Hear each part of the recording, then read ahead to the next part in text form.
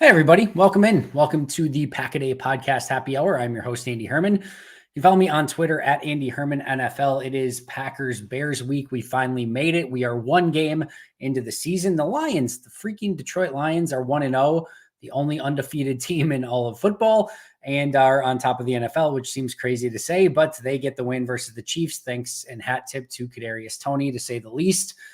Feel free to start hitting me up with your questions. Happy to get to those.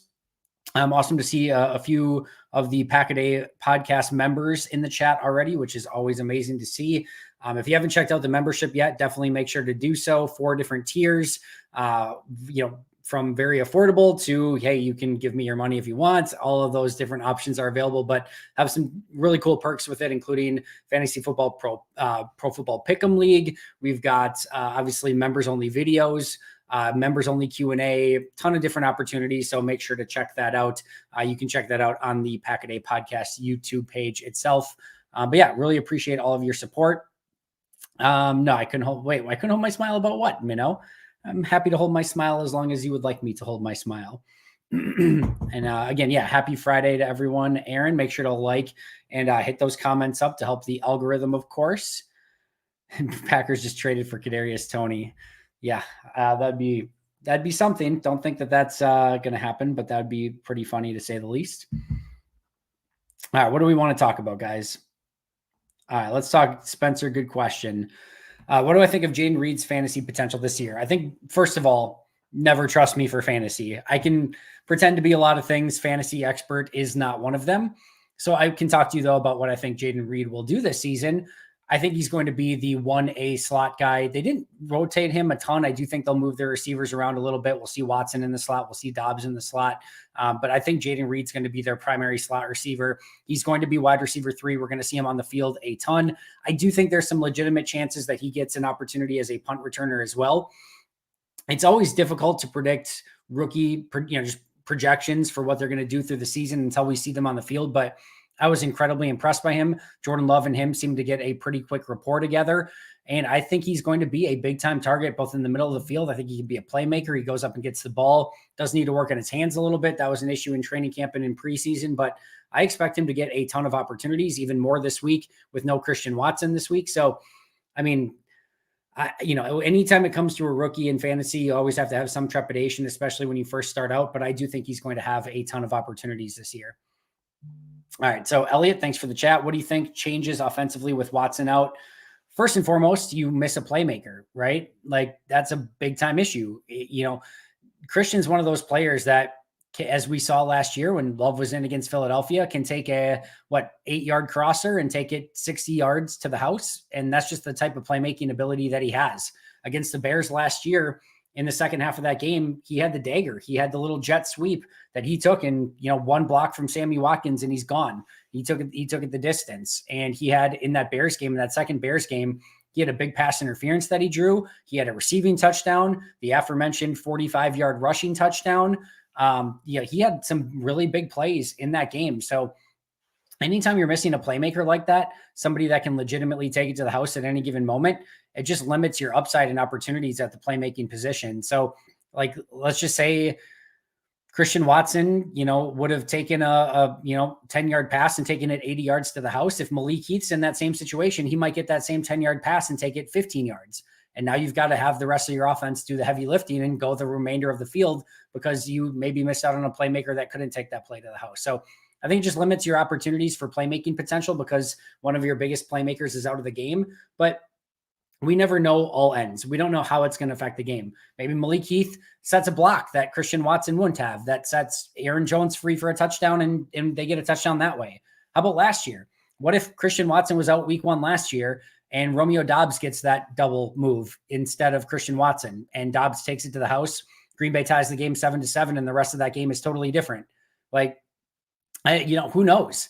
So that's we just don't know what's ultimately going to happen, but it definitely limits your opportunities because you are down a playmaker. The game plan is going to change. I expect to see a lot more of Malik Heath. I definitely expect to see Jayden Reed in the slot a ton. And I think they're going to utilize all their weapons. Matt LaFleur is looking for mismatches. Look for them to use A.J. Dillon, Aaron Jones, Luke Musgrave, get what they can out of Malik Heath. Romeo Doubs is going to have a big role in this game. So they're just going to spread the ball around, and it's just going to take a little bit of, a little bit more from everyone else to make up for what you lose with not having Christian Watson out there. Sam, thanks so much for chatting from London. I was just thinking the other day, I have to get to London. I keep seeing pictures of it. I got to get there sooner rather than later. So maybe next year for AEW All In, maybe I'll make that trip next year. So we'll see, but I got to get there. Thanks for coming in the chat. Lecables. Andy, hope you are well. Was wondering, I heard Owens is bad in coverage, but a decent tackler given our run defense. Will you try Owens if Savage is bad? Right now, I expect it to be Savage and Rudy Ford. I'll start by saying that. The second thing I'll say is I expect the safeties to struggle all year long. And I think they will mix and match players at that safety position until they figure out one that kind of works. That's my expectation. So would not shock me if Savage and Ford and Anthony Johnson Jr. and Jonathan Owens all get opportunities to start at some point this year, just while they try to find the right combination of people in the backfield. Wouldn't even surprise me, as much as I dislike it and would not do it. Wouldn't surprise me if Rasul Douglas got an opportunity back there. Wouldn't even shock me if Keyshawn Nixon got an opportunity back there. I think there's some different things that they could try. We know Green Bay is all about trying to get their best players on the field. I think they're going to try to do that. They have better corners than they have safeties, especially once Eric Stokes gets back. So they're going to have to try some things, but I expect that they rotate some pieces around until they figure out what fits this defense best, and would not shock me if Owens got a chance at some point. All right. Thanks so much, John. Love all you're doing. How much do you think Watson being out affects Luke Musgrave's rookie debut? I don't think it affects it a ton. If anything, I think you could get more targets. I did a bold predictions episode with Perry and Alex earlier this week, and one of my bold predictions for that was I legitimately think that Luke Musgrave could lead this team in targets, and that was before the injuries to, the injury to Christian Watson.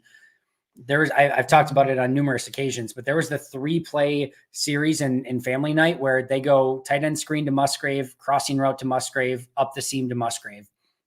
He's going to be a red zone target. He's going to be an intermediate target. He's going to be a deep target. He's going to be a short target. They're using them on jet sweeps and end arounds. Like, they are going to get this guy involved early and often.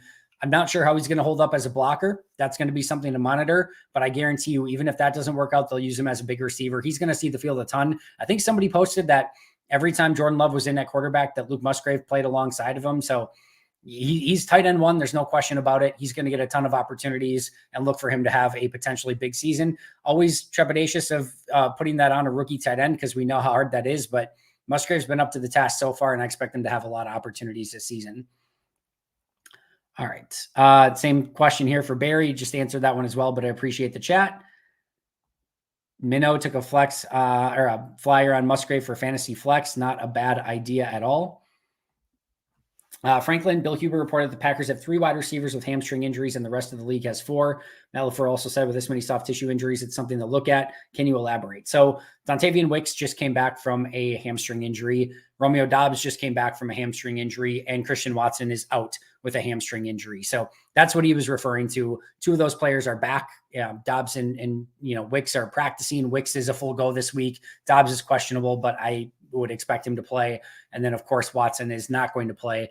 So I can't speak to the rest of the league having 4 hamstring injuries. I have no idea. I'm sure Bill knows what he's talking about, and because he always does. So I'm sure that's probably true.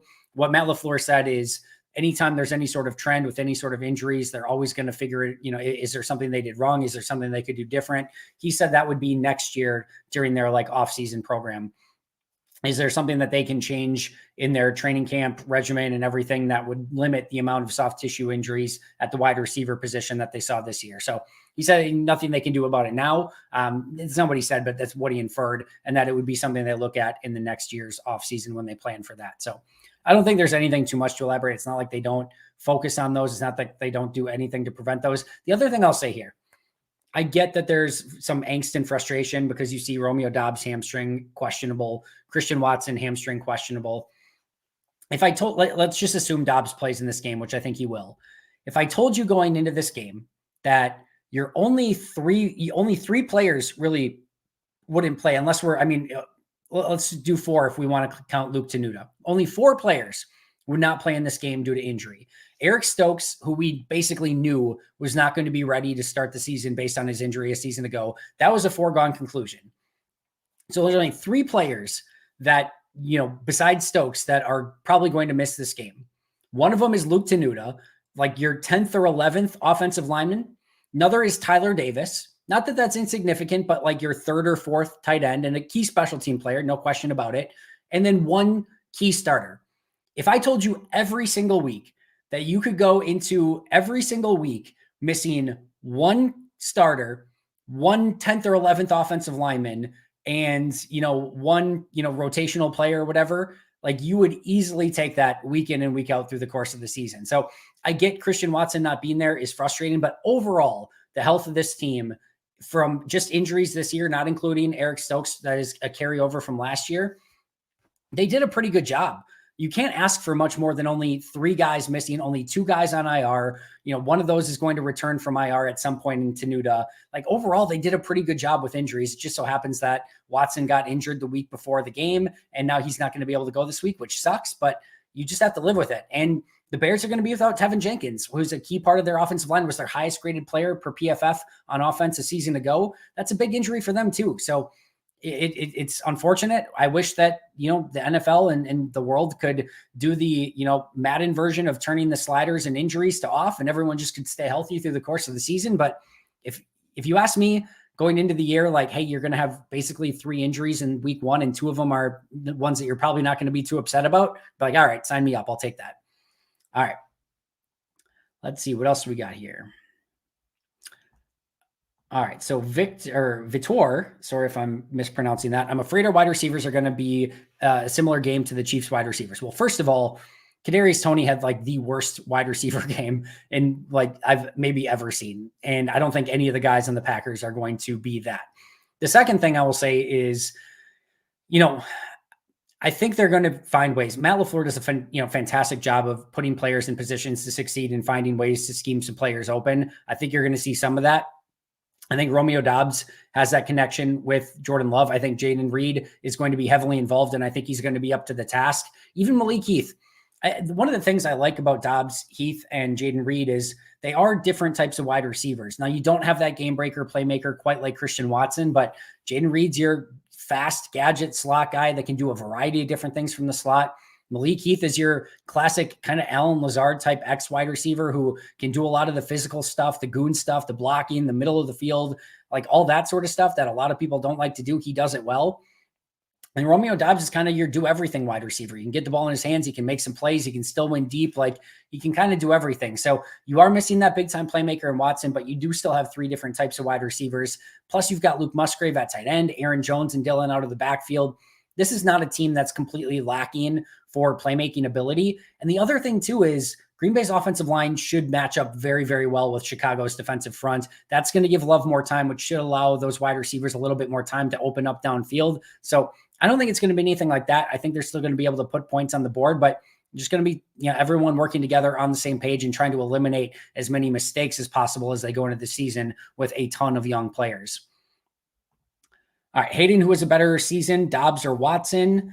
I will go, I don't know, since Watson's hurt right now and might miss a week or 2, I guess I'll go Doubs by default, but I think both of them are set for good seasons. I think they're just different. I think you could see Doubs get a little bit more volume. I think you could see Watson be a little bit more the playmaker and get some of those explosive plays. So just different. I don't know necessarily one better or worse, but since Watson's dealing with the injury right now and Doubs looks like he's going to play week 1, just by default, I guess I'll go Doubs, but I think they'll both have good seasons. Sean, we just talked about this. Yes, I do think he'll get opportunities. I think he's going to start. I think it's going to be Heath and Doubs as your starters with Reed in the slot and Samori Toure rotating in, maybe a smattering of Dontavian Wicks here and there. But I think this is going to primarily be Heath, Reed, and Doubs at wide receiver. And maybe they limit Doubs a little bit too, just coming back from that hamstring injury. So I do think we'll see some Samori Toure, but I think we'll see a lot of Malik Heath this Sunday. All right. John, we just kind of talked about this. I think they're going to be okay. I don't think it's going to be perfect, but I think they have enough weapons on this offense to make things go. I really, really do. All right, Richard, great question. Where is an area of weakness the Packers can exploit against the Bears? I think there's a couple things. I think, first of all, their edge position is pretty weak. And I know they just went out and got Yannick Ngakoue. I'm not super concerned about that. I don't think they have a great pass rush. We'll see what those 2 rookie defensive tackles can do. Andrew Billings, they picked up. He is not a pass rush guy. He's more of a run stopping guy. Justin Jones has been talking a lot of smack this offseason to Packers and Packer fans. Not super concerned about him. I just don't think they can get to the quarterback. And I think they're going to struggle a little bit setting the edge against guys like Zach Tom and David Bakhtiari. So I think you can attack their edges. You go back and you watch that second game from last year. They attacked Chicago on the outsides and tried to outflank them over and over again, whether it was via jet sweeps, with which Christian Watson got the big touchdown, whether it be with those little pitch plays. I don't know if you guys remember like how many times later in the season where like wide receiver cracked down and running back, that Rodgers in shotgun running back to the right, and Rodgers would just kind of shovel it that way. And it'd almost be like a pitch play to the right, but you kind of got a little bit of momentum going that way. Like I said, receiver would crack down and you'd get to the outside and just outflank them. They did that to Chicago all day. And then once they got them outflanked and Chicago kind of adjusted, then it was a bunch of A.J. Dillon running right up the middle. So, Matt LaFleur is really good at that stuff, is sort of showing you one thing and making you have to react to it and then just countering you with a completely different, 1-2 punch. So I think that's the first thing is attacking the edges, see if you can get out and outflank them a little bit. And then if they have to overcommit, then can you pout inside with A.J. Dillon and Aaron Jones a little bit? I think that's number one. Number two, I think their offensive line, I do think they're improved there, but I do still think they have some weaknesses that you can exploit. I think, pressuring and making sure that you're making Justin Fields think, trying to take away his legs a little bit and making him have to kind of win at the line of scrimmage and make quick reads and get rid of the ball and not make mistakes. I think that's another one. Justin Fields had 3 interceptions, no touchdowns against the Packers last year. So you're going to have to limit some things. You're going to have to figure out a way to make sure that Justin Fields doesn't beat you with his legs. You're going to have to make sure that DJ Moore doesn't catch those 2 and 3 yard passes and take him 60, 70 yards. We talked about what Christian Watson can do and that explosive ability he can bring to the team. DJ Moore can do the same thing for Chicago. So you're going to have to limit some of those things offensively for Chicago. And defensively, I think their secondary matches up really, really well with Green Bay, especially with Watson being out. I really like their young defensive backs, Kyler Gordon, Tyreek Stevenson they got in the second round, Jaquan Brisker, Eddie Jackson, Jalen Johnson, of course. Their nickel defense has their nickel defensive backfield has the potential to be really, really good. And I think that could give Green Bay's wide receiver core some problems. The other thing I would test would be the middle of the field, specifically with Luke Musgrave. I don't think, I'm not a big Tremaine Edmonds truther. I think he's okay. But I don't think he's great. And I think you also could potentially get some matchups with TJ Edwards or Jack Sanborn, where I think Musgrave can just win those matchups. So that's another area of the field that I would try to exploit a little bit as well. All right. Kevin, do I think Quay is ready to take a step in year 2? I hope so. I think the first thing for him is going to be being a little bit more of an attacking player and not thinking quite as much. He's a freak. He's a 4.4 40 guy who can, handle the point of attack. He does need to get off blocks a little bit better, but when he flows and he just gets to the ball, he is see ball, hit ball, take ball carrier down sort of guy. And there's a play last year also in week 2 against Chicago where Justin Fields got in the open field and he's against a linebacker. That is a matchup Justin Fields is going to win far more often than not. And Quay just rushes over there and takes him down immediately. And not many linebackers make that play against Fields. Quay Walker did. So the flashes last year were fun, but it needs to be more consistent, taking on blocks at the point of attack and just playing fast, physical, aggressive football. That's what I want to see out of Quay, and that will tell us if he's playing faster and better in year 2. All right, Austin, how well this season does the defense have to perform for Joe Barry to keep his job? I never am cheering or rooting, for a guy to lose his job, but I do think you're probably talking about a top half of the league defense.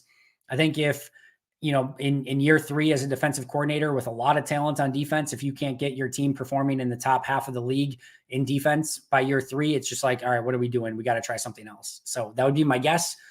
So I think he has to at least finish in the top half of the league, just off the top of my head. Hey, John, thank you so much for doing that. Really appreciate. Again, anyone that's interested in becoming a member, you can sign up right now. And that would be amazing. There's, like I said, 4 different tiers that are available to you, anywhere from, I think, $3.99 to above. So look at those different options. A lot of really cool perks and everything out there. And I'm always open to, opinions too. If you have ideas for things that I could do, when you sign up for memberships, always happy to listen to those. And we're going to be doing our first members only Q&A. So if you like these, I'm going to be doing one for members only next week. Obviously that increases your chances of questions getting answered. And then also I've already put out 2 members only videos that are out there just for members. So you can check that out as well. So John, really, really appreciate that. Matt, I appreciate you, Matt. You are incredible at what you do as well. Really enjoy your podcast, and thanks always for the kind words in the comments. Does not go unnoticed.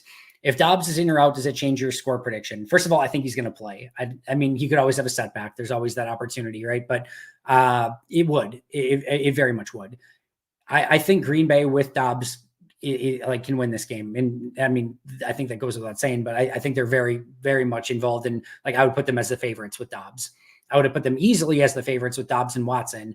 But if they didn't have either of them, I would have went Chicago with my prediction. So I'll figure out my final prediction on on Sunday when I do the pregame show. But I will say this: if Watson and if either Watson or Doubs were there, in this case, we know Watson's out, Doubs probably there. My prediction is Packers win. If both of them were out, in this case, if Doubs ends up being out on Sunday, I would say Bears win would be my prediction. So I absolutely would change my mind. Pogs, thanks so much for that comment. Love doing what I do, and it's still crazy to me that I get to do what I do. So thank you for joining me. Thank you for supporting the podcast. Really appreciate it. Will, appreciate you as well. You guys are amazing. I legitimately love you guys. You guys are the best.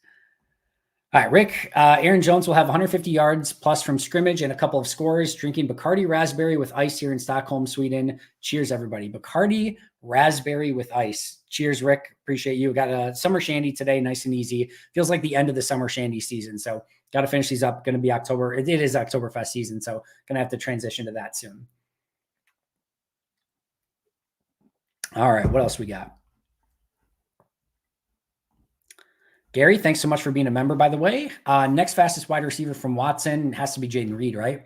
It's not Dobbs, certainly not Malik Heath, not Dubose. Bo Melton could be in the conversation for a practice squad guy. Samori Toure is probably right there too. Now I'm really intrigued at who had the better 40 time. Let's go to our good old friend, Mock Draftable. It has to be Jayden Reed, right? This is always great content when you get to see me browse the internet. But all right, so Bo Melton, he had a 4.34. Holy cow. 4.3440. Might be Melton. All right. What else we got? We got Jayden Reed. Jayden Reed at a 4.45. And then Toure. Oh, did Samori not test? I don't think Samori tested. Let me see if I.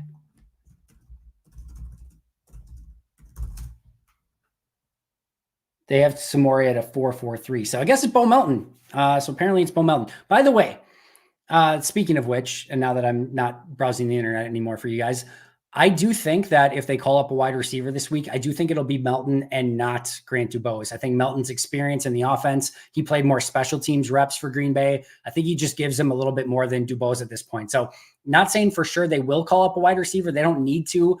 They would still have 5 wide receivers, assuming Doubs plays.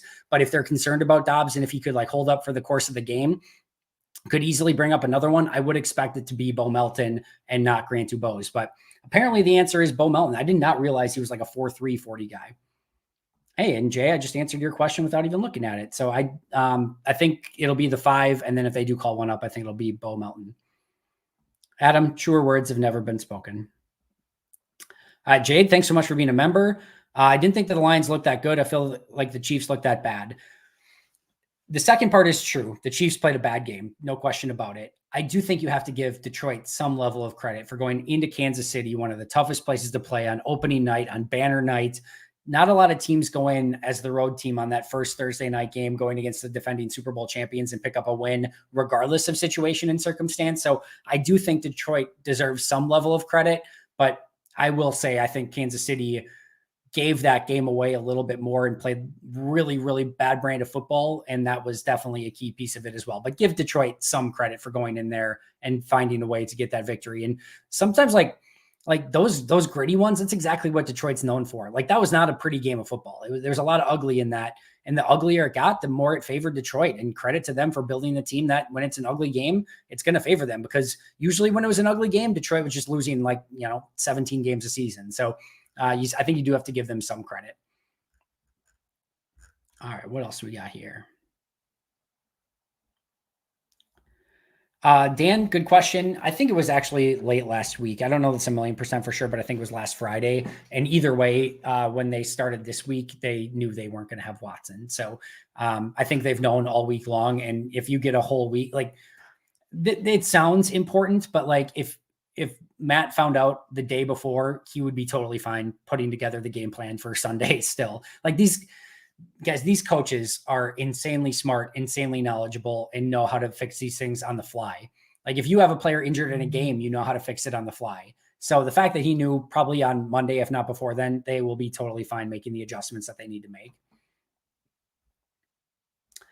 Kevin, expect a lot of runs and a lot of Musgrave. I agree with you wholeheartedly. Barry, how many two-back sets do you think we will see this year? I really feel like having both backs out there will keep the defense on their toes. Honestly, that's going to be up to how successful they can be with two backs on the field. They were not successful with two running backs on the field last year. The two running back thing and like getting your best players on the field thing sounds good in theory. It's tough with two running backs. And specifically, it's tough with Jones and Dillon. And the reason I say that is you can play with two running backs, but one of them has to have the threat of motioning out wide and almost being like another wide receiver. Or one of them has to basically be like a true, like almost like a fullback, because if not, then like, I don't know. So you can easily defend that with nickel defense, with like a base nickel defense. If either of those running backs go out like from the backfield into routes, you're not super worried about it. So now you've just got three wide receivers. You don't have a tight end threat in that situation, or you have a tight end and two wide receivers. Like your inherent advantage in that set isn't that great. And I think Green Bay did a nice job like a couple of years ago when they would do the little motion Jones out wide where they could throw it to Jones and he would get an advantage there, or hand it to Dillon up the middle of the field. Teams caught on to it pretty quick last year and had answers for it. And once that's done, now they do have an added wrinkle where if they ran that same play, you can motion Jones out wide. And if the numbers are right over there and they don't have enough people that go in motion with Jones, all right, now you can throw to Jones. That's option one. Option two now, all right, an extra player went with Jones, so they don't have the numbers anymore there. Now, where before it was just Rodgers had to hand to Dillon at that point, now if you wanted to, you legit could do read option. And now the numbers are really in your favor. So the extra player went over to cover the little potential screen pass to Jones.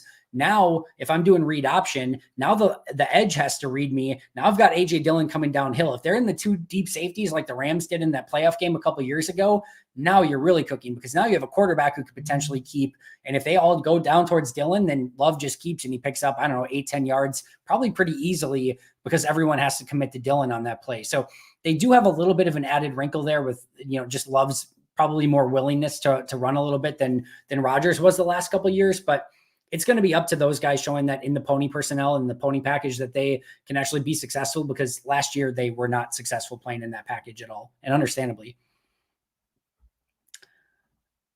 PJ, first of all, thanks for being our Hall of Fame member. You are the absolute best.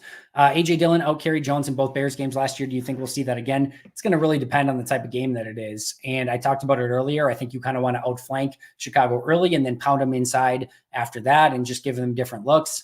Dillon ran very well, especially in that second game against Chicago last year. So I just think they're going to want to keep both of those guys fresh. I think in an ideal world, they would both probably get 15 carries, because that probably means you're running successfully and you're not trying to play catch up and playing from behind. So at the same token, you could get up or get behind, and now Jones is going to see the field more and he's going to get more carries. So just depends on how the game goes. But if things are going well, then yeah, I think we could see a little bit more Dillon, and hopefully that is the case.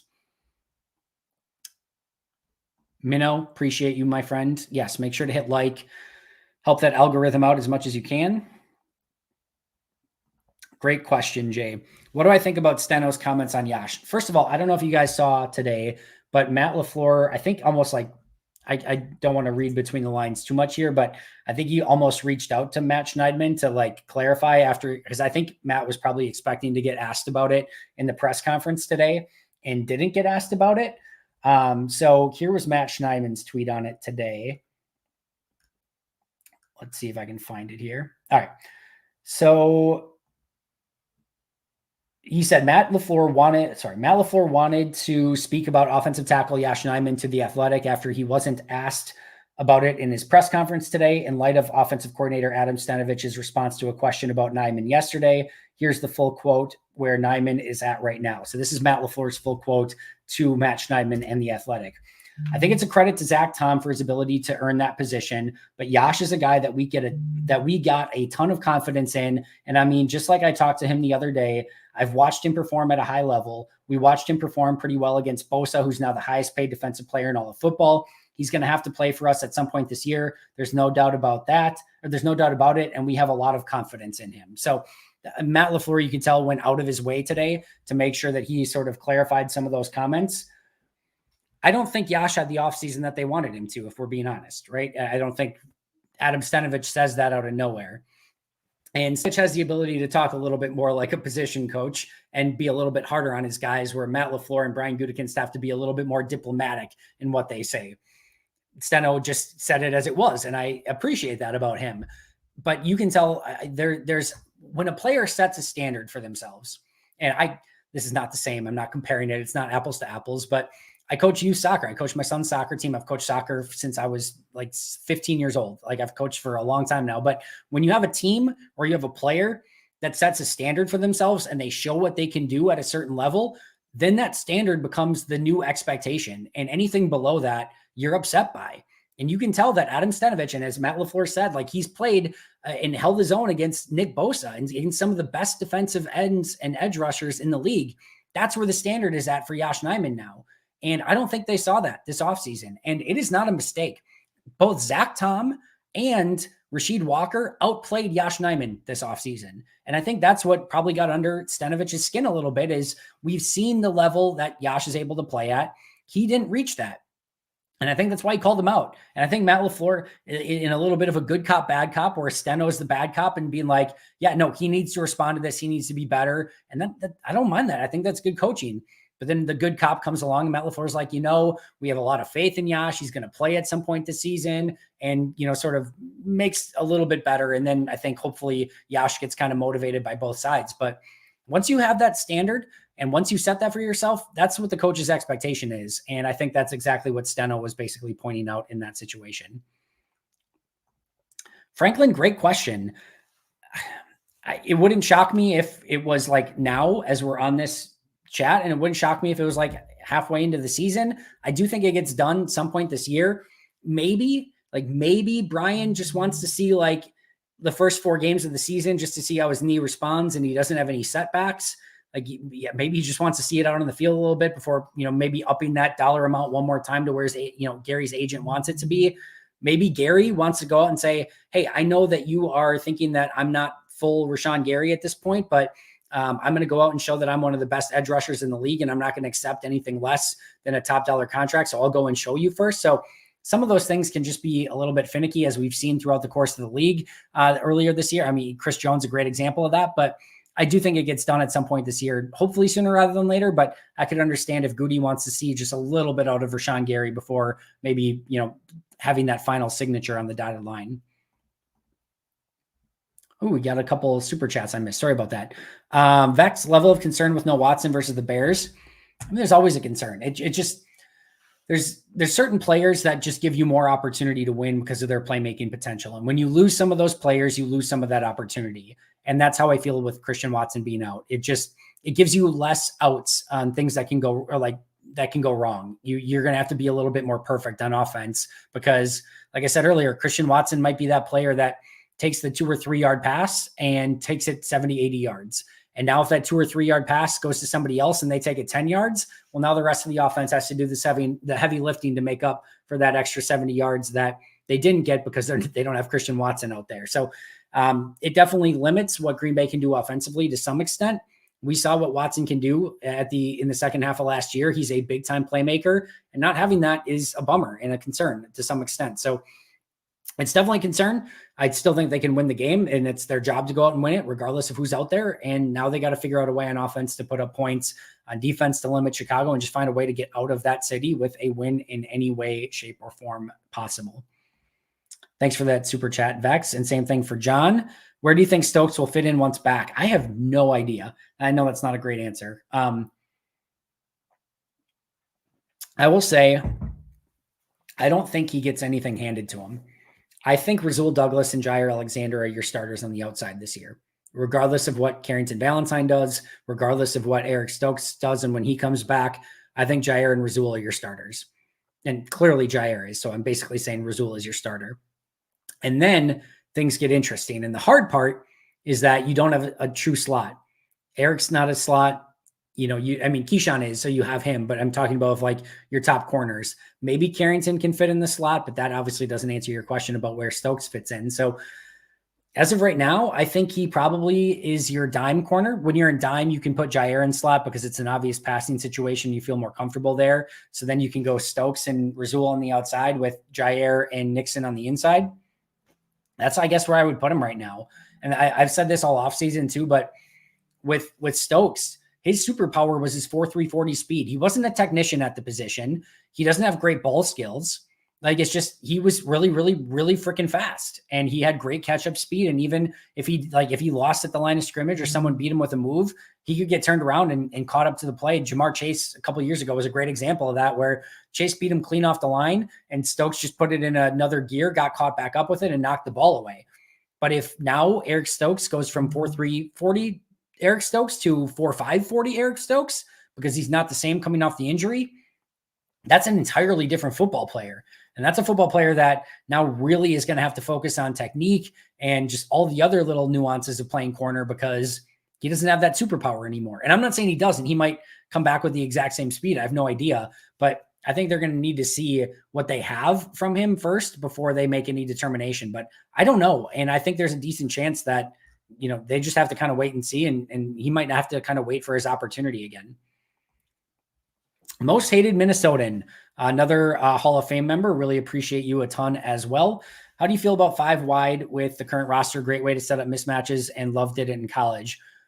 5 wide is tough. Teams have kind of figured out defensively how to play against it. And, if you can kind of throw it in there as like a surprise every once in a while, but you can't live in it, because teams will just pressure you and, basically press man you at the line of scrimmage. You can do some things against that too, but defensive have kind of figured that out. But, especially if you had Watson, the way that you could probably live in 5 wide is if you disguised it a little bit, meaning, I'm trying to think of like a good example, but let's say they felt comfortable handing the ball off to a Jayden Reed or a Christian Watson, someone like that. Then you can live in 5 wide a little bit more, because if they just come out in like 5 corners and 2 safeties or whatever, like let's say you're 5 wide, and I say 5 wide loosely here, but let's say your 5 wide is Watson and Doubs on the outside, Jayden Reed, Luke Musgrave, and Samori Toure.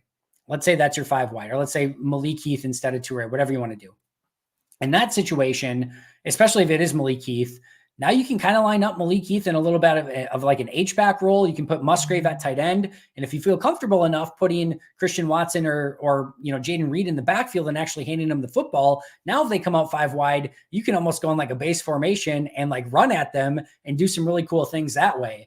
But if you just line up 5 wide, defenses have kind of caught up to it, but they have some unique players and you can use it as a wrinkle. You just can't live in that formation down to down. All right, what else? Really appreciate the kind words, Salty Jordy. Does the Pro Bowl membership make the exclusive videos pop up in our subscription box like normal? I'm looking to support more. Maybe somebody else who is a member can actually answer this in the chat. I'm not sure exactly how it shows up. I do know that it's posted just like a normal video, but it's listed as members only. So my assumption is that it does, and it shows up in your feed just like every other video. And then if you have your notifications turned on, you will get notified as a member when they come up new. But maybe Gary or Most Hated Minnesotan or one of those other guys can answer in the chat to exactly how it shows up. But I'm pretty sure it shows up that way because I just upload it like a normal video, but just mark it for members only. Ravwama, does Reed have some Watson speed, and could he play a Watson role? They're different players. There's different types of speed. From a Christian Watson standpoint, when you're 6'4" and you have those long strides, plus you have the size, the speed, the athleticism, the physicality, it's just a little bit of a different speed or a little bit of a different player. With Jayden Reed, he's very, very quick. You remember, he's like a 4.40 guy we just looked up, but So Watson's a little bit faster, but Reed is extremely fast, and you can use him in some of those gadget plays. So those end arounds, those reverses that Christian got, you can absolutely give those to Jayden Reed. Just a little bit of a different speed, but the same token, like Reed is a little bit quicker, like he's a little bit more agile than what Christian Watson is. So it's just different, but they're both very fast. They're both playmakers, and you can both do a lot of things with the ball in their hands and trying to, scheme things up for both of them. Vex, thanks so much for the chat.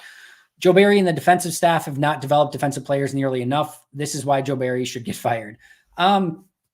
Yeah, I mean, partially, yes, they need to do a better job. I think the bigger thing is they got to figure out and match up the talent that they have with the scheme they want to run. And there seems to have been a disconnect there. And quite honestly, it seems like there's been a disconnect for the players that Brian Gutekunst wants to bring in, the players that Joe Barry needs for his defense to succeed, and the type of defense that the players that they do have on this team wants to play. I think Brian has like a certain vision for what defensive players should look like and feel like and everything like that. And I think Joe Barry wants those two high safeties, and he wants to have defensive backs that are playing off and keeping everything in front of them. That's all great and good. And I know people don't like that. That is the defense that is succeeding in the modern NFL. The best defenses right now are playing those two high safeties. So that's not like anything new or different or like, oh, I can't believe Joe Barry's playing that way. The best defenses are playing that way more often than not. However, if you're going to play that way, you have to have defensive backs who can come up and tackle and hit the player and make it that they're going to pay for doing those little plays over and over and over again. And you got to make sure that those little plays don't turn into big explosive plays. So it's great that you want them to have to go 15 plays, 80 yards and march down the field, and you don't think they can do it without making a mistake, but you better have sound tacklers on your back end. And Green Bay hasn't. Darnell Savage, not a great tackler. Rudy Ford takes poor angles. Adrian Amos struggled last year, was a step and a half slower. They had Rasul in the slot, which didn't fit what he is as a player. Jair didn't tackle great last year. Stokes is a terrible tackler. Like, they didn't have the horses to play that brand of defense. So that's either on Brian for not having the right players that fit that scheme. I lean more towards that's on Joe for not, like, you can't just have, and this is not just a Joe Barry comment. This is all coaches, like anyone that has like I'm going to run my system my way, and that's how we're going to do things. That's awful. Like and I'm not saying Joe does that all the time by any means, but you have to be able to be flexible and play to the strengths of the players that you have on your team. And I don't think Joe did a great job of that in the last couple of years. I thought towards the end of last year, I think with a little nudging maybe from head coach number one, that they kind of changed that up a little bit. But you have to be able to be malleable and figure out what your team does best. And I think Joe's just been a little bit late on the trigger to that these past couple of years, and he needs to be better at it this year. All right. What else we got here? Elliot, what is a player comp if Jayden Reed hits his ceiling? That's a good question. Who did I say? Terry Glenn was the player that I said he reminded me of. If you're not necessarily Packer Terry Glenn, which was kind of like a shell of Terry Glenn, but former New England Patriot Terry Glenn, both fast, athletic, could make plays. And I think the thing that really stands out about both of them, they were shorter players that played far bigger than their frame. So I think if you remember New England Patriot, younger Terry Glenn, who was such an amazing playmaker, that I think there's a little bit of that in Jayden Reed. I think Jayden Reed is a little bit quicker. Terry Glenn, probably a little bit more of a well-rounded wide receiver, but that kind of is the player that he reminds me of a little bit if he ultimately hits his ceiling. In fact, yes, I do remember last year when we made Bailey Zappi look like a Pro Bowler. I wouldn't say necessarily a Pro Bowler, but Green Bay's a little bit known for that from time to time, of taking some backup quarterbacks and making them look a little bit better. Married, if you get this right, if this is the final score of the game, two tickets to Packers Chiefs this year. You got your name on it if Packers win 77-3. So a little bit of extra incentive for you to cheer for this upcoming weekend. Perzio Veloso, what a great name. Barry is the biggest mistake of LaFleur's era. I don't know, maybe. I mean, Mo Drayton's probably up there. And John, I can't even remember his name, or Sean Menenga, right up there too. He hasn't done great with hiring coordinators. Let's just put it that way. I think the hard part about, Barry is that, Avero was there too, and he was deciding between the two. They wanted I think they did want Leonard from Wisconsin. And I think that would have been a great hire. Leonard said no. I think it was probably worst case scenario for everyone involved. I think it was probably worst case scenario long-term for the Badgers, worst case scenario long-term for Leonard, and worst case scenario long-term for the Packers. I think if Leonard accepts that, I think maybe the Badgers and the Packers are in different scenarios than they were the last couple of seasons, but we'll see. Maybe things turn out now. It definitely did not end up turning out well so far, but there is some time left and maybe Barry can redeem himself this season. What else we got? This is a really fun question, Joey. Do I think that Barry will let Josh Addo more? So here's the thing that you have to remember, first of all, this week with Justin Fields at quarterback. I know that everyone wants to play press man-to-man coverage and make sure that they and be aggressive at the point of attack and use John Razul and those guys in a physical nature and make the receivers really earn it at the line of scrimmage and no free releases. With Justin Fields at quarterback, the 1A thing that you're going into this game thinking is we cannot let Justin Fields beat us with his legs. And what happens if you play man-to-man coverage? If you play man-to-man coverage, player runs downfield, you turn your back, you run after that player, and now you've got 4 corners, 3 corners, 2 safeties, etc., that are running with their back to the football. And you might say, well, yeah, but you could use a spy in that situation. Well, now that spy is just literally focused on one thing and can't be, responsible for the running back or sitting in a zone or some other things as well. And sometimes that if you're just left one-on-one with Justin Fields, he's going to make you look silly too. So I love that, we want to play man-to-man coverage, and I think that we'll sprinkle that in, but you don't want to turn your back to Justin Fields too often. So I expect a lot of zone in this game. If you're going to play a lot of zone in this game, all you have to do for Chicago is, all right, so DJ Moore's going to line up at right wide receiver. Jair is going to start by matching against him. And then DJ Moore goes in motion and Jair stays on his side because he's in zone. Now, there's some ways around that you can do a little bit here and there. But for the most part, if you're in zone, it doesn't really matter where you line up or match up. You just have to kind of trust the person that's across from them. So they're going to have different, here's the big thing. Last year for Justin Jefferson in week 1, they didn't have a great plan. They did not have a great plan, and they didn't have a backup plan. They didn't have a tertiary plan. They didn't have a plan, period. And they didn't have any backup plans, period. And that was disappointing to say the least, and a massive mistake. Or if they did have one, it was a terrible one, and it did not work at all. You have to have layers to this. So if you might go into the game thinking we're going to play a ton of zone defense, and we're going to make sure that Justin Fields doesn't beat us with his legs. That's our game plan for this game. That all sounds good. But then if DJ Moore is torching you and in the first half, he goes 6 catches for 95 yards and a touchdown, then at halftime, you have to say, all right, we don't want Justin Fields to beat us, but we can't just let DJ Moore beat us either. Time to put John, DJ Moore, and we'll figure out the rest. If we have to spy 2 guys, we'll spy 2 guys, but now we can't let that guy beat us. So there has to be some level of adjustments. There's no defense that's perfect. You can't just go into a game and be like, this is what we're going to do. It doesn't work that way. You have to have layers to things. You have to show different nuances to what you're trying to do. You can't tip your hand. You've got to vary it. And that's what you have to go into. And then if something doesn't work, you have to immediately have the ability to change your game plan and go in a different direction. That's what I want to see out of Green Bay. Can they have that initial game plan? And then if Chicago has a plan for that or can outsmart Green Bay, can you counter and have something different that you can show them? So that's what I want to see from Green Bay if they get into that situation. That's an interesting question. Sorry, I was reading that for way too long. Did I purposely use the word malleable because Joe Barry said he didn't know what it meant, or just coincidence? That is 1,000,000% a coincidence. I did not know that was a thing whatsoever. So that is 1,000,000% a coincidence. That's why I had to read it for so long. I'm like, I thought you were saying that I used the word malleable wrong. And I'm like, oh, damn it. That's something I probably would do. But I think I used it right. And no, I did not know that he used it incorrect or didn't know what it meant or something like that. Vax, turn back time and draft Creed Humphrey this time.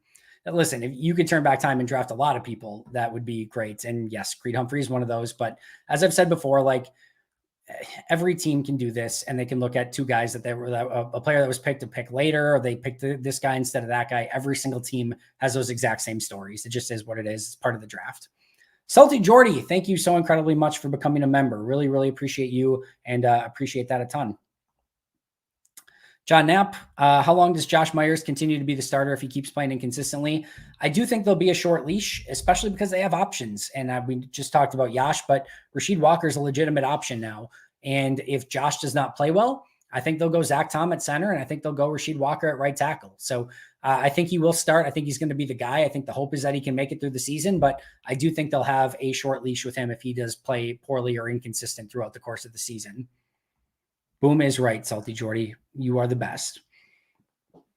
All right. I know it won't happen anytime soon. I really hope Wisconsin gets an NHL team in the next 50 odd years.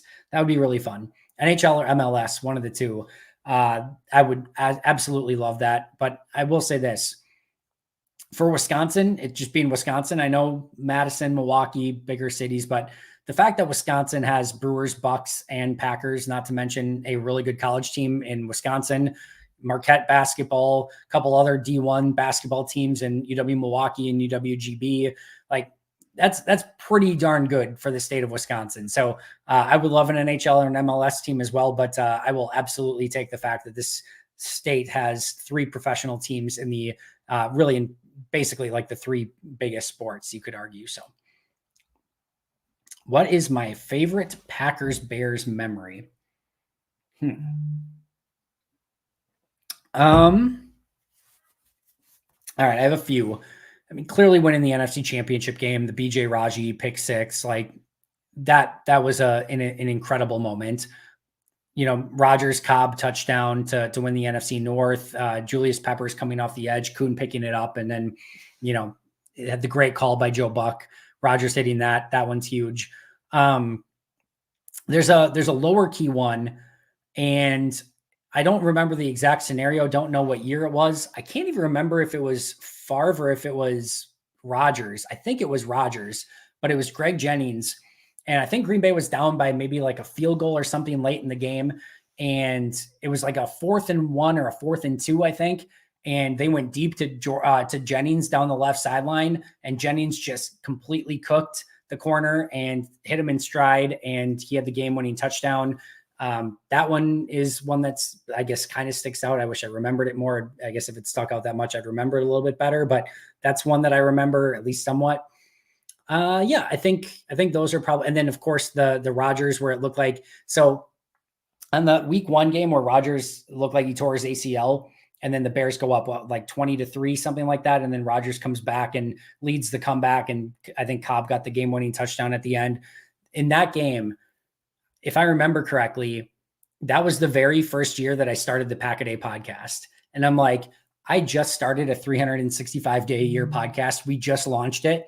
And now Rodgers just tore his ACL, and we're going to have to sit through Deshaun Kaiser through the course of this year. This is not great. This is not good times. And thankfully, he was okay. And the rest was history. But yeah, definitely some really fun previous Packers-Bears moments. Anyone remember that the Jennings play? Am I misremembering anything? Or was it, I think it was Rodgers, right? Somebody correct me if I'm wrong on that one too.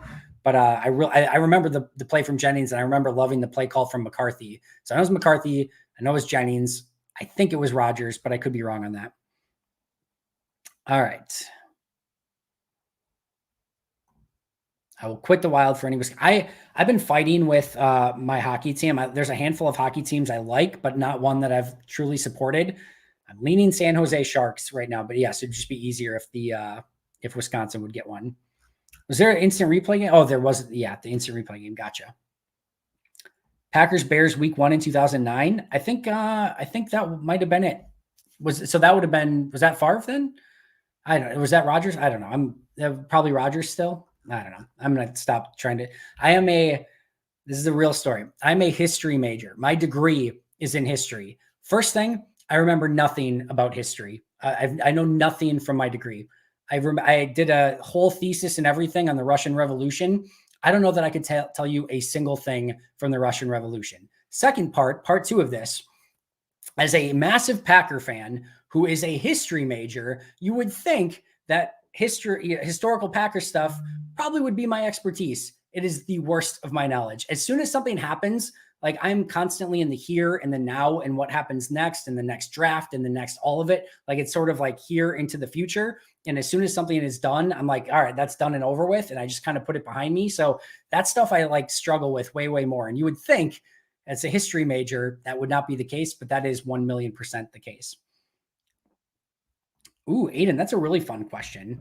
All right, so what does the Packers record have to be to buy at the deadline? What week is the deadline, first of all? NFL trade deadline.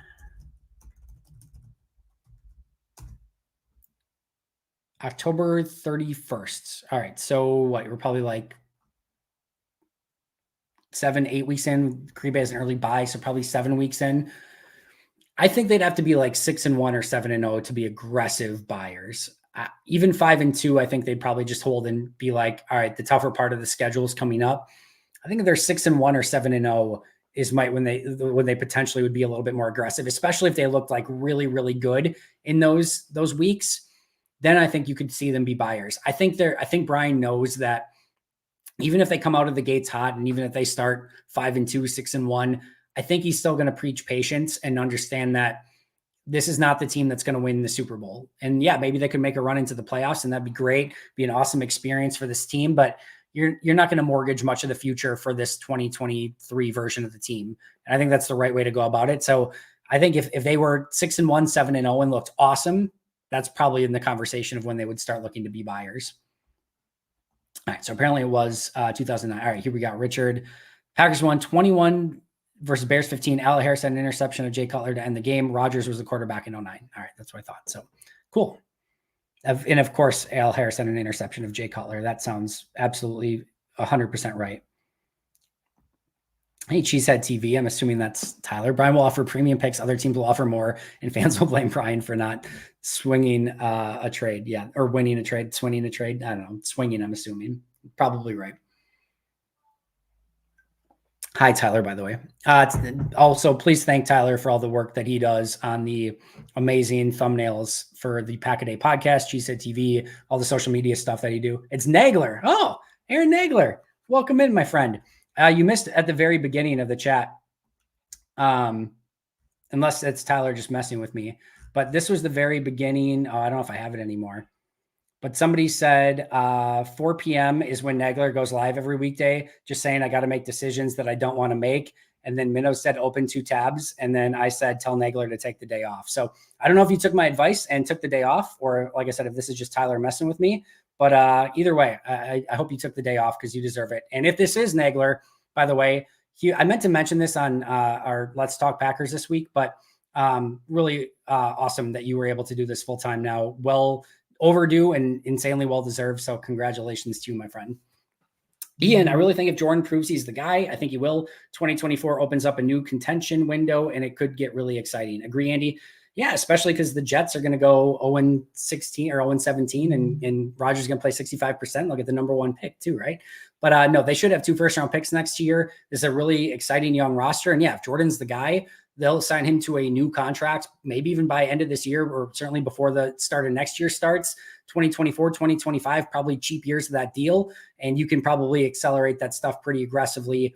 Still think they need to get a little bit more fiscally responsible, probably get some of those guys like Preston Smith, Aaron Jones, and some of their contract numbers down a little bit. But 2 first-round picks and other, second-round pick would probably end up with 4 top 100 picks, trade away the 3rd rounder because they'll end up being a bust anyway.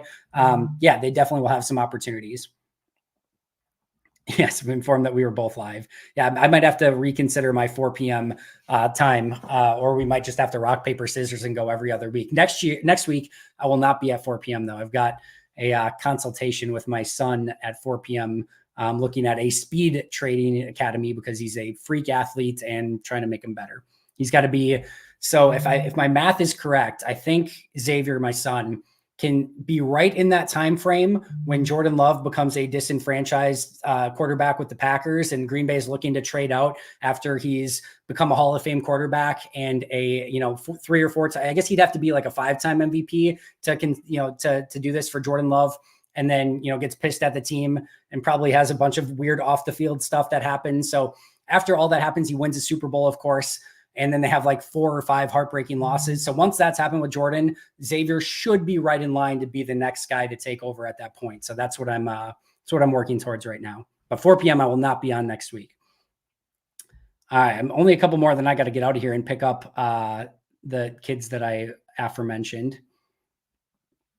How long do you think Jordan's contract will be if he balls out this year? I don't know, probably as long as they can make it. 5-6 years would probably be my guess, somewhere in there. Maybe they hedge bets a little bit, but I don't know, somewhere in the 4, 5, 6 range. One or two more, and then we'll get out of here. Richard, I'm going to be keeping an eye on the draft much more closely. I've had so much stuff with practices, training camp, etc., that I've been trying to catch up on.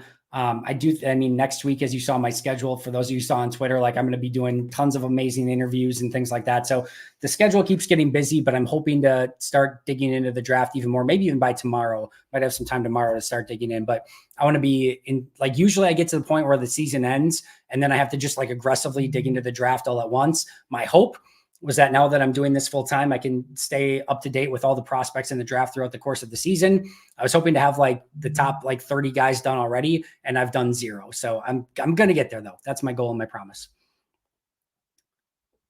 All right. Any other last chats? Did I get all the super chats? I think I did. All right. Friends, that is going to do it for me. Thank you so much for joining me.